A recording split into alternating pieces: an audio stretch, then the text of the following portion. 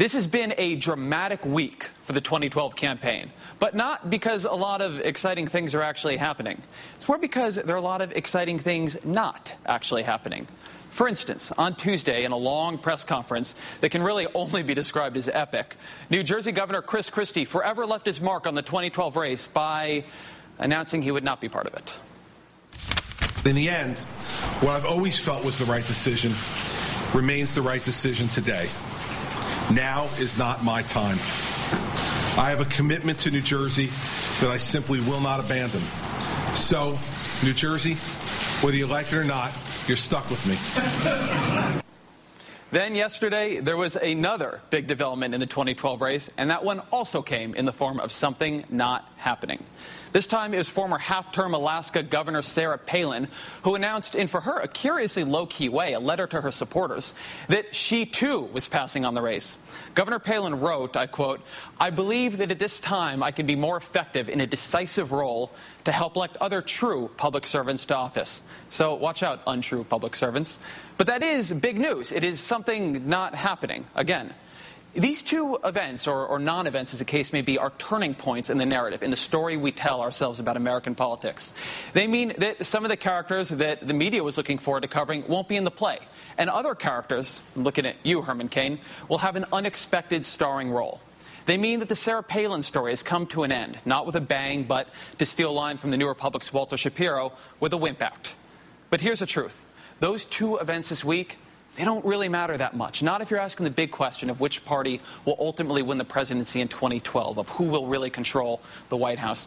And that's because these questions rely on a fallacy, a mistake, a big analytical fault line that runs right underneath the way we cover the race for the presidency. We like to focus on characters and campaigns and people. We believe in ads and messaging, and we believe in speeches. Too often, the way we understand presidential elections is really no different than the way we understood our high school elections. They're both just big popularity contests, and the winner is whoever is cooler, whoever has a better campaign, whoever will buy us beer. But, and God bless the American voter for this, he doesn't and she doesn't get the credit they deserve. That is not what decides elections. The American people are not that shallow. Candidates matter, of course, and so do campaigns, but not that much. Not as much as people often think. But you know what does matter that much? You know what really drives these elections? The economy. The economy matters. The economy is where voters look to understand whether the president is doing a good job or a bad one. Because though campaign ads might lie, paychecks usually don't. This graph, and come on, you knew I'd bring a graph, shows the share of the vote won by the president's party against the income growth in the year before the election. Except when Ike was running, everybody loved Ike, people liked the end of World War II. It's a pretty strong relationship. And right up there at the top, way up there, you'll notice the three elections we always think of as blowouts of bad candidates. Goldwater in '64, McGovern in '72, and Mondale in '84. Those were also, it turns out, the years in which incomes did the very best. We look back and we tell a story about candidate failure, about Mondale promising to raise taxes and McGovern being supported by hippies and Goldwater being an extremist. But you know, Bill Clinton got reelected after raising taxes, and Ronald Reagan, he got elected despite sharing all of Barry Goldwater's opinions. He broke through, in fact, as a national politician when he gave a big speech endorsing Goldwater. So yeah, candidates matter, but sometimes them and their campaigns, they confuse us. Doesn't it seem awfully coincidental that the biggest blowouts happen in the years with the most income growth? Doesn't that make you wonder? And then if you look internationally, if you widen the perspective, it's true there too. Larry Bartels, a political scientist at Vanderbilt University, looked at 31 elections held in 26 countries after the '07 financial crisis. He found, and I quote, "Voters consistently punished incumbent governments for bad economic conditions with little apparent regard for the ideology of the government." So if you were a conservative politician in charge of some European country when Lehman went down, sorry, you're out. If you were a liberal leader, you did no better. Voters didn't care that it wasn't really your fault, or that you gave good speeches, or that they had liked you a few years before. Campaign ads don't trump unemployment. But now it looks like Europe might be about to return the favor. If you want to know who really might decide the 2012 election, don't look to David Plouffe or Karl Rove and his super PAC, or David Koch, or even Mitt Romney and Barack Obama, though I want to be clear, those guys are going to be pretty important. Instead, for the next couple of weeks, keep your eye on this woman and this guy. That's Angela Merkel, Chancellor of Germany. And that's Mario Draghi, sorry, I like to say that, head of the European Central Bank. And they're really the folks in charge right now of whether Greece and Ireland and Portugal go down or not. And that means they're sort of the folks in charge of whether we go down or not. If you want to know why we in America aren't seeing a swifter economic recovery, why we're mired in this stagnation, Europe's a big part of it. They're a big economy, bigger even than ours. We do hundreds of billions of dollars of trade with them. Our banks are interlinked. And just as our financial crisis collapsed their economies, if they have another economic crisis, we're going to have one too. A few weeks ago, Goldman Sachs was estimating that Europe's problems would shave a full percentage point off of our economic growth next year. That's a lot. That is real bad. But now it's gotten worse. Now they're estimating that they'll bring us, quote, to the edge of recession by early 2012. That is a lot worse. And if things in Europe go even worse than that, that means they'll push us over the edge, right into recession in 2012. So in other words, if Europe doesn't get its act together, we're likely to have a global recession next year. And among other things, that's going to make it very hard for Barack Obama to get reelected. If Europe manages to make the tough political decisions necessary to solve their problems, we could see a lot of uncertainty on the economy and pressure on the economy lift, and a real recovery begin fairly quickly. This is, for American politics and for the American voter, a bit of a weird place to be in. Perhaps the most important decisions for our economy and for our next election are not really in our control. All we can do is try and buy insurance against the Europeans screwing up. And that, in fact, is exactly how President Obama described the American Jobs Act at a press conference earlier today. This is not the time for the usual political gridlock. The problems Europe is having today could have a very real effect on our economy at a time when it's already fragile. But this jobs bill can help guard against another downturn if the situation in Europe gets any worse. Guard against another downturn. That is exactly what we're not doing. Instead, the number 2 Republican in the House, Eric Cantor, is saying the jobs bill is dead, but he's not proposing any serious alternatives. Meanwhile, Republicans are trying to intimidate the Federal Reserve into cowering in the corner until the end of the 2012 election. You know, you would think that Republicans would be horrified at the thought of letting European leaders decide an American election.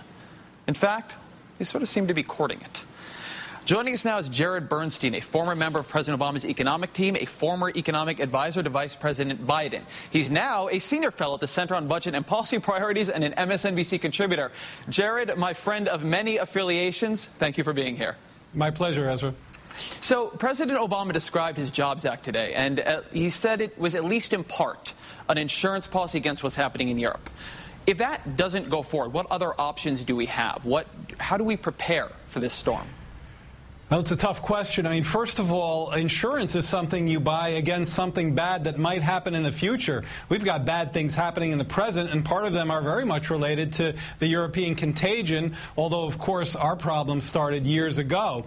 Look, fiscal policy, you know my rap. I mean, it's really the only game in town. I like what Ben Bernanke and the Federal Reserve are doing to try to lower interest rates to stimulate more investment. But people won't invest if there's not more customers, more orders, more projects that investors who are sitting on the sidelines would view as profitable. So I think there's a sequencing here. First, you need a fiscal boost, and I think the president's plan is a very good one. If you tell me we're taking that off the table and ask me what next, I don't know, patent reform, trade bills, it's a very tough box. And let me stick on Europe for one more second here. How big do you think it might get? Are you at the canned goods and ammo stage, or are you just sort of reading the Financial Times a little bit more attentively than usual?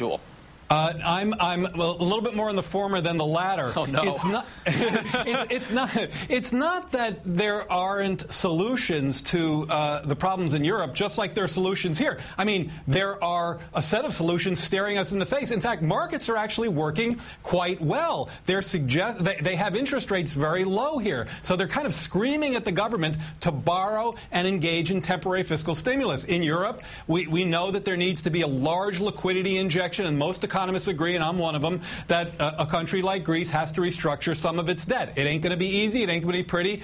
But my biggest worry is it's not going to happen because, I was just reading a long article about this today. And, Ezra, chess is a hard game. Like 17-dimensional chess is harder. Right now you've got, Malta and I can't remember the other country that are you've got so many different countries that you've got to agree to this, and you've got electorates, you've got different governments.